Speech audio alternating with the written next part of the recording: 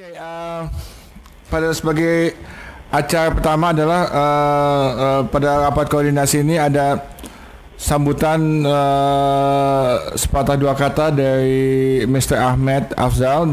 Beliau adalah dari UNESCO yang begitu concern dengan program ini, dan beliau berkesempatan hadir untuk sekedar memberikan kata-kata pembukaan. Mr. Ahmed, silakan. Good afternoon, friends, fellow academics. Can you hear me okay? I assume you can hear me okay. I shouldn't test now. I want to welcome you to this HIV 101 course. Essentially, this is an HIV 101 course that UNESCO, with funds from UNAIDS and the global level, is supporting and facilitating it through University Indonesia with the faculty here and faculty throughout Jakarta. The goal here, of course, I shouldn't have to give you a huge summary. You've all read this, but I want to briefly emphasize and briefly recap that we're Hello, here. welcome to the conferencing system. Hello. Please enter the conference code now. We're here to build the capacity of the next generation to prevent HIV, to promote good health, and also at the same time prepare the future leaders to take responsibility of their own behaviors and to take responsibility of the future of this country. This means we hope that the young people from this course will take initiatives, will become agents of change for their fellow friends and themselves and their families from getting involved in high behavior activities. And if they are engaging in high behavior or high risk behavior activities, they know how to prevent fatal disasters or risks of getting infected. Now, we are quite excited about this course. This is going to be presumably the largest video conference webinar course. So it's a major accomplishment. Your participation, your active participation, and your feedback, your collaboration is essential for the success of this course and for the future continual and sustainability of this course. So we would strongly encourage you to please continue to recruit, if you haven't, youth, students, friends from diverse studies at your university. This is considered HIV 101, which means we hope that it comes in the form of a general elective, which is open to youth from different subjects, including history, science, health, arts. So please continue to promote this course as much as possible, and we hope to engage with you in the future in 16th of February when the course starts at the first day, and we look forward to your support as much as possible, and please pass on the message. I think I should stop here and pass on the mic to Ibu Rita Damayanti. Thank you very much and appreciate your support. Okay, thank you very much, Mr. Ahmed, for your kind words. Acara berikutnya adalah dari koordinator program, Ibu Rita Damayanti, yang beliau akan menjelaskan hal-hal yang berkaitan dengan teknis program ini, dan pada kesempatan ini setelah itu mungkin ada tanya jawab ya Bu ya, ada tanya jawab dari masing-masing side jika ada hal-hal yang masih perlu ditanyakan gitu. Oke, berikutnya Ibu Rita Damayanti, silakan Ibu. Terima kasih Pak Yoni. Selamat siang Bapak Ibu sekalian. Dari yang paling ujung itu dari Medan, dan kemudian yang paling timur itu saya kira di Jayapura ya. Terima kasih bahwa Anda sekalian sudah berpartisipasi dalam acara ini. Dan ini adalah rapat kita yang terakhir. Kita sudah melakukan 3 kali rapat. Tetapi beberapa universitas ini baru pertama kali ikut. Oleh karena itu mungkin saya akan mengulangi sedikit mengenai apa yang sudah kita bicarakan dan apa kesepakatannya. Silakan Pak Yoni. Minggu depan kita akan memulai course kita yang berjudul Pencegahan HIV pada Kaum Muda. Iya, dan itu judulnya ya, Pencegahan HIV pada Kaum Muda, yang akan dilaksanakan melalui 2 modus, yaitu melalui video conference dan webinar. Lanjut. Jadi kegiatan ini adalah 7 minggu. Kita mulai minggu depan 16 Februari sama dengan 29 Maret 2012. Itu ada terdiri dari 14 sesi. Dan setiap minggu itu ada 2 sesi ya, yang kita pilih harinya hari Kamis jam 8 sampai dengan jam 11. Pesertanya adalah seluruh peserta, termasuk juga mereka-mereka di luar rumpun kesehatan. Saat ini yang sudah terdaftar itu adalah 1.724 peserta. Itu sebabnya tadi Pak Ahmed menyatakan mungkin yang terbesar ya, itu yang terdaftar di CLR. Dan pada hari ini itu akan ditutup. Kita akan menutup pada jam 3 siang. Dan jangan lupa Bapak Ibu sekalian harus di-approve. Ya, jadi Bapak Ibu sekalian kan sudah diberitahu cara masuk ke Skele saya kira ya.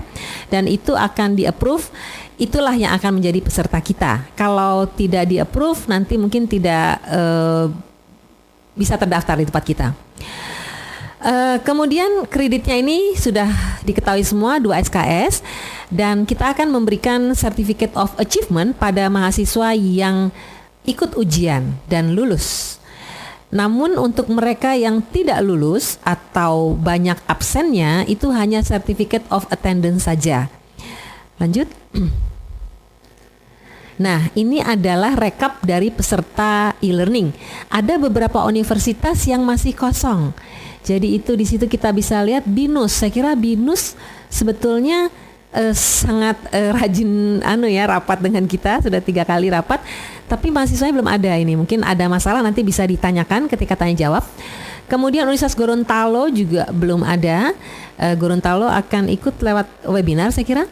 Kemudian Mula Warman, Gunadarma dengan Gorontalo dengan Vicon. Mula Warman juga belum ada pesertanya.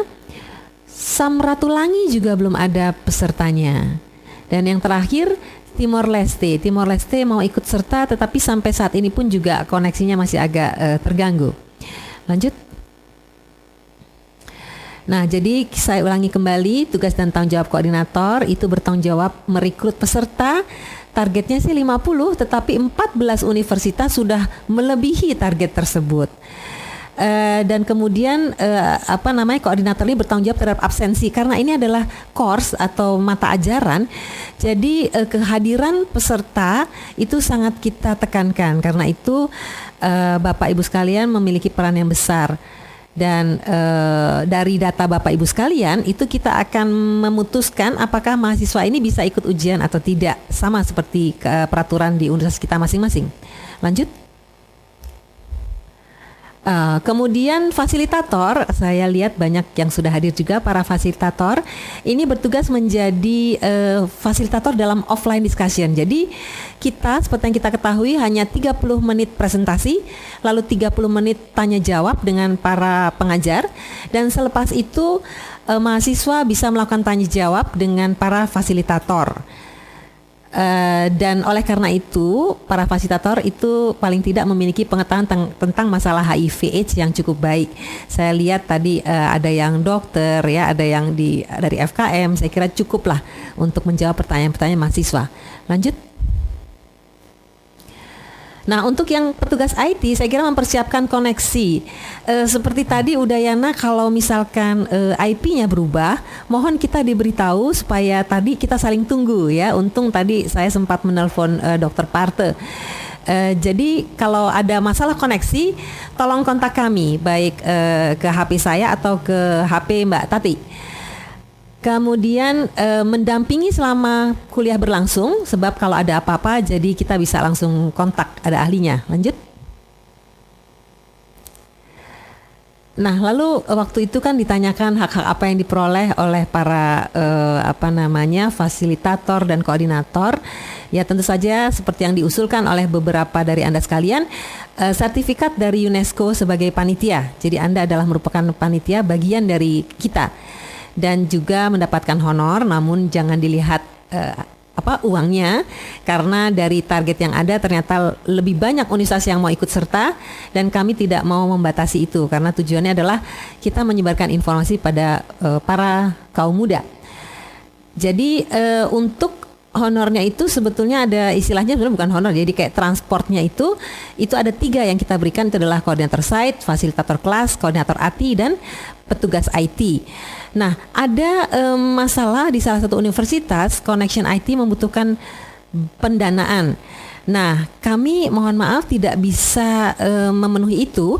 Namun demikian, kami bisa mentransfer honor-honor itu kepada Bapak Ibu sekalian begitu. Nah, itu silahkan kalau misalkan mau digunakan. Tetapi untuk connectionnya itu memang kita tidak ada budgetnya. Lanjut. Nah, yang terakhir adalah untuk ujian. Ujian ini akan dilaksanakan setelah kuliah selesai, yaitu pada tanggal 30 Maret. Dan itu kita buka sampai dengan tanggal 4 April. Ya, jadi 30 Maret mulai Senin sampai Kamis, dan itu ujian melalui Skele. Nah, mahasiswa itu boleh melakukan bebas waktunya. Jadi tidak terikat harus hari Kamis atau harus hari apa. Itu silahkan mereka membuka sendiri karena itu online. Ya, saya kira itu yang bisa saya sampaikan. Informasi lebih lanjut bisa hubungi saya atau Mbak Tati. Selanjutnya Pak Gatot akan lebih menjelaskan mengenai teknis dari course kita. Oke, terima kasih. Berikutnya adalah presentasi dari Pak Gatot yang merupakan Kepala Kantor PPSP UI. Beliau akan sedikit menjelaskan mengenai peran dan skenario daripada IT khususnya. Terima kasih. Oke, terima kasih Pak Yoni dan Bu Rita. Selamat siang dan mungkin sore untuk rekan-rekan yang di Indonesia Timur. Assalamualaikum warahmatullahi wabarakatuh. Jadi mungkin ini sekedar tambahan dari beberapa informasi yang sudah kami sampaikan di pertemuan yang pertama dan kedua. Tapi memang pada presentasi yang saya berikan kali ini lebih ke arah skenario dan kira-kira tanggung jawab atau deskripsi kerja dari terutama dari mereka yang in charge nanti di dalam setiap sesi perkuliahannya.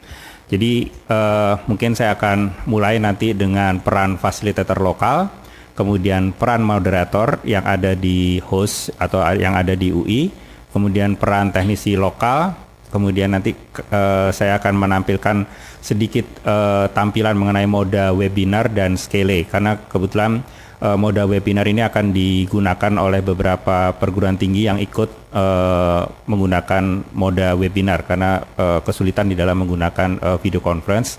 Dan kemudian nanti mungkin ada sedikit tips bagi para koordinator IT terutama di dalam menyiapkan ruangan yang akan digunakan untuk kuliah melalui video conference. Serta mungkin nanti terakhir akan kami coba beri gambaran hasil pemetaan dan statusnya pada waktu koneksi tes kemarin. Jadi ini mungkin dari beberapa site yang sudah mendaftar, ini ternyata statusnya sampai hari ini agak berbeda dari yang kami harapkan. Dan kemudian nanti terakhir ada semacam demo penggunaan Skele yang akan dibawakan oleh Mas Moko. Jadi terutama untuk para mahasiswa untuk bisa mengakses ke dalam Skele-nya, nanti mungkin bisa melihat langkah-langkah apa yang harus dilakukan.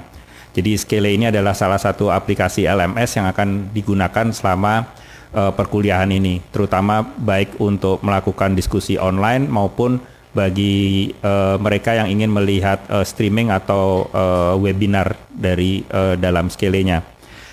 Oke, mungkin saya mulai dengan peran fasilitator lokal. Jadi kalau kita ketahui bersama bahwa moda video conference ini sifatnya dua arah atau artinya sinkronus yang bisa dilakukan secara interaksi dua arah. Jadi baik dari pihak host maupun ke remote site ini bisa dilakukan secara baik audio maupun videonya ini secara interaksi dua arah. Oleh sebab itu apa yang disampaikan oleh narasumber ini bisa langsung direspon atau ditanyakan oleh peserta di remote site. Nah, mengingat mungkin banyak sekali dalam satu remote site ini diikuti oleh beberapa peserta, untuk mengatur agar ini lebih efisien dan juga efektif, maka kami mengharapkan fasilitator lokal ini bisa berperan memandu peserta selama sesi video conference-nya. Kemudian nanti kami juga mohon bisa menampung pertanyaan peserta. Jadi di sini kami harapkan pertanyaan dari mahasiswa ini tidak langsung disampaikan oleh mahasiswanya. Kalau kebetulan di dalam kelas itu banyak yang mengikuti, kalau hanya sedikit mungkin masih tidak masalah. Tapi kalau ini banyak diikuti oleh mahasiswa, maka sebaiknya pertanyaan mahasiswa ini ditampung oleh local facilitator, dan pada saat nanti sesi question and answer ini baru fasilitator lokal menyampaikan atau meneruskan pertanyaan tadi kepada moderator, sehingga efektivitas dari jalannya video conference dan juga efisiensi waktu ini bisa ditempuh. Nah, kemudian selama diskusi offline ini juga peran fasilitator kami sangat harapkan, karena setelah selesai sesi video conference ada sesi offline, dan dalam sesi offline ini mahasiswa masih bisa berdiskusi, dan kami mohon fasilitator lokal ini bisa mencatat apa saja yang kira-kira masih perlu disampaikan kepada moderator pada saat atau kepada narasumber pada saat pertemuan berikutnya. Jadi pada saat minggu berikutnya pada sesi video conference. Jadi mungkin kalau masih ada pertanyaan atau masih ada komentar atau hal-hal yang ingin disampaikan, ini bisa disampaikan pada pertemuan yang berikutnya. Dan jangan lupa juga seperti tadi disampaikan oleh Bu Rita, karena kami sangat memantau kehadiran peserta. Oleh sebab itu kami mohon bantuan dari para fasilitator lokal untuk membuat absensinya. Tadi mungkin disebutkan oleh Bu Rita, koordinator kelas ya, atau bukan koordinator kelas tadi, penanggung jawab site ya. Tapi mungkin karena ini yang berada di dalam kelas ini adalah fasilitator lokal, mungkin bisa dibantu oleh fasilitator lokal dalam membuat absensi. Nah, ini terutama untuk peran fasilitator lokal yang mengikuti melalui moda video conference. Sedangkan kalau untuk yang fasilitator lokal yang berada pada site yang mengikuti menggunakan moda webinar, ini mungkin hampir sama, tetapi hanya bedanya mengingat webinar ini sifatnya hanya satu arah. Artinya audio maupun video ini bisa disampaikan oleh host atau oleh narasumber ini satu arah kepada peserta, sehingga pada saat peserta ingin mengomentari atau ingin bertanya, ini harus melakukan melalui chat, fasilitas chatting, jadi yang sifatnya tekstual.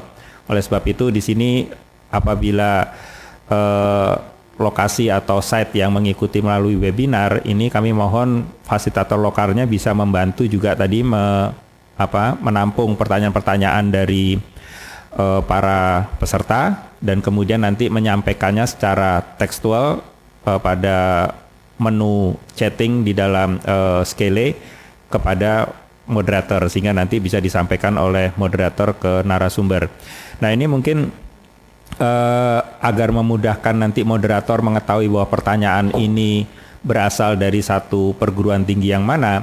Ini mungkin nanti Bapak dan Ibu yang bertugas sebagai fasilitator lokal ini akan diberi username-nya ini fasil dan kemudian nama perguruan tingginya, sehingga nanti begitu moderator menerima ada message dari salah satu fasilitator bisa langsung ketahuan ini berasal dari perguruan tinggi. Jadi kami tidak menggunakan nama asli dari Bapak dan Ibu karena akan kesulitan menyulitkan moderator untuk mengetahui ini berasal dari perguruan tinggi mana. Nah, ini sudah kami buat dan saya rasa juga sudah dikirimkan oleh tim kami. Jadi password maupun username-nya bagi semua fasilitator lokal, sehingga fasilitator lokal nanti sudah bisa juga mengakses ke Skele maupun untuk menggunakan dalam moda webinar.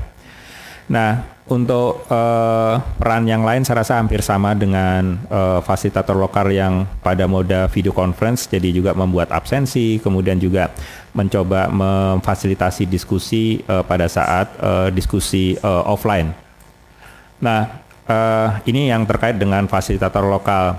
Nah, ini mungkin sebetulnya lebih ke arah peran dari moderator. Ya, ini mungkin moderator lebih banyak ada di tempat kami, jadi di UI, karena biasanya moderator ini mendampingi narasumber, dan ini saya rasa nanti perannya moderator di sini juga selain sebagai pemandu jalannya sesi perkuliahan, juga mungkin banyak berkoordinasi dengan Bapak dan Ibu yang bertugas sebagai local facilitator dalam hal nanti pada sesi tanya jawab. Jadi paling tidak yang akan menampung atau menerima semua pertanyaan ini mungkin akan ditampung dulu oleh moderator dan kemudian nanti akan disampaikan kepada narasumber untuk dijawab. Nah, ini saya rasa mungkin moderator lebih banyak untuk ke sisi kami. Nah, kemudian untuk rekan-rekan yang bertugas sebagai teknisi di lokal, nah ini mungkin kami mohon juga bantuannya untuk bisa mendampingi local facilitator selama sesi perkuliahan berjalan. Jadi selain juga memeriksa setiap kali kuliah sebelum mulai ini melihat lagi rundown sebelum sesi dimulai, sehingga nanti bisa tahu kira-kira berapa menit pertama akan ada presentasi dan kemudian berapa menit berikutnya akan ada sesi tanya jawab. Oke, sebelumnya mohon maaf nih, saya lihat ada problem dengan MCU yang ada di UI sehingga putus sebentar. Mudah-mudahan sudah bisa terhubung dan bisa dilihat lagi oleh Bapak dan Ibu semua, dan saya akan coba lanjutkan lagi. Kemudian tadi mengenai peran dari teknisi lokal selain juga melihat rundown, nah kami minta juga sudah bisa menyiapkan paling tidak fasilitas video conference-nya ini setengah jam sebelum kuliahnya dimulai, sehingga apabila masih ada problem koneksi, ada problem dengan audio atau video, ini masih bisa kami koordinasikan. Nah, kemudian untuk untuk teknisi lokal ini juga kami mohon untuk bisa selalu memonitor kualitas koneksi dan audio videonya selama kuliah berjalan. Dan apabila ada problem yang muncul di lokal terhadap koneksi atau terhadap audio atau videonya, ini bisa memberitahu atau berkoordinasi dengan local facilitator, sehingga local facilitator bisa paling tidak memberitahu peserta bahwa masih ada masalah, sehingga mungkin bisa melakukan menghubungi kami atau mungkin mencoba paling tidak menunggu sejenak sampai koneksi pulih kembali, atau kalau sampai terputus sama sekali, paling tidak materi-materi yang sudah dikirimkan atau sudah tersedia di dalam Skele ini bisa dibahas bersama secara offline. Jadi paling tidak tetap ada kegiatan selama jam kuliah tersebut. Nah, kemudian paling tidak juga dari teman-teman teknisi lokal ini bisa memberitahu atau menginfokan kepada kami apabila terjadi problem di lokal, sehingga kami juga bisa mencoba mendetek atau mendiagnos kira-kira apa problem yang terjadi atau kondisi atau status yang ada di dalam MCU kami tercatatnya seperti apa. Dan ini mungkin nanti bisa berkoordinasi dengan tim teknis kami. Nah, mungkin juga yang satu hal yang sering terlupakan, terutama di dalam video conference ini, biasanya untuk melakukan kontrol terhadap kualitas suara. Jadi ini kadang-kadang kalau ruangannya terlalu besar, ini kadang-kadang echo atau bahkan juga mic ini terlalu jauh dari peserta, sehingga pada saat ada sesi tanya jawab, ini mungkin tidak bisa menjangkau suara dari yang bertanya. Oleh sebab ini mungkin peran dari teknisi lokal bisa menempatkan mic atau alat untuk mic-nya ini jangan terlalu jauh dari peserta, atau dalam hal ini mungkin jangan terlalu jauh dari local facilitator. Nah, ini kira-kira peran teknisi lokal.